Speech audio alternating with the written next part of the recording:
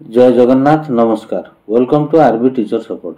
आपण माने जानछंती government of Odisha G and PG department letter number 36,666 अनुसार 14/12/2023 5 PM समय लोकसभा भवन सेकेंड फ्लोर कॉन्फ्रेंस हॉल रे इंटर मिनिस्टरियल कमिटी बैठक अनुष्ठित हेबार थिला।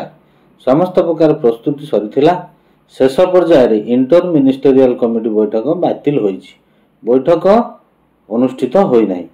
बैठक बातिल होवार कारण कौन, केबे अनुष्ठित हब परवर्ती बैठक, समस्त सूचना ये वीडियो रे पाई परिबे। वीडियोटी को शेष पर्यंत देखंतु। 14/12/2023 लोकसभा भवन रे इंटर मिनिस्टरियल कमिटी बैठक अनुष्ठित हेबार थिला। प्रस्तुति अनुसार विभिन्न विभागर 26 रु ऊर्ध्व संगठन दाबी गुड़िक उपर बैठक रे निष्पत्ति हेबार थिला।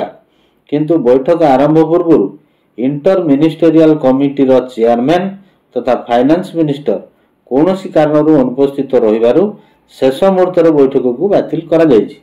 एही बैठक रे विद्यालय और गणशिक्षा विभाग अधीन थिबा विभिन्न वर्गर शिक्षक संघ मानकर दाबी उपरे आलोचना होई निष्पत्ति हेबार थिला। यथा ग्रेड पे वृद्धि, कैडर रूल संशोधन, एक्स कैडर उच्छेद, एक्स कैडर इंक्रीमेंट, गणशिक्षक रेगुलर, कॉन्ट्रैक्चुअल एबोलिश इत्यादि। बैठक स्थगित रहिबारु कौनसी निष्पत्ति होई पारि नाही। वर्तमान कथा होची डिसेंबर मास अधा हो गलानी। सरकारी प्रतिश्रुति अनुसार डिसेंबर मास घोषणा केबे हबो?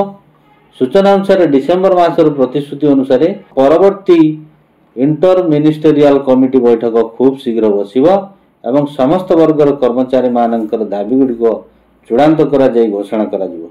आसंता सप्ताह मध्य पुनर्बार इंटर मिनिस्टरियल कमिटी बैठक अनुष्ठित होई निष्पत्ति नेबार संभावना अधिक।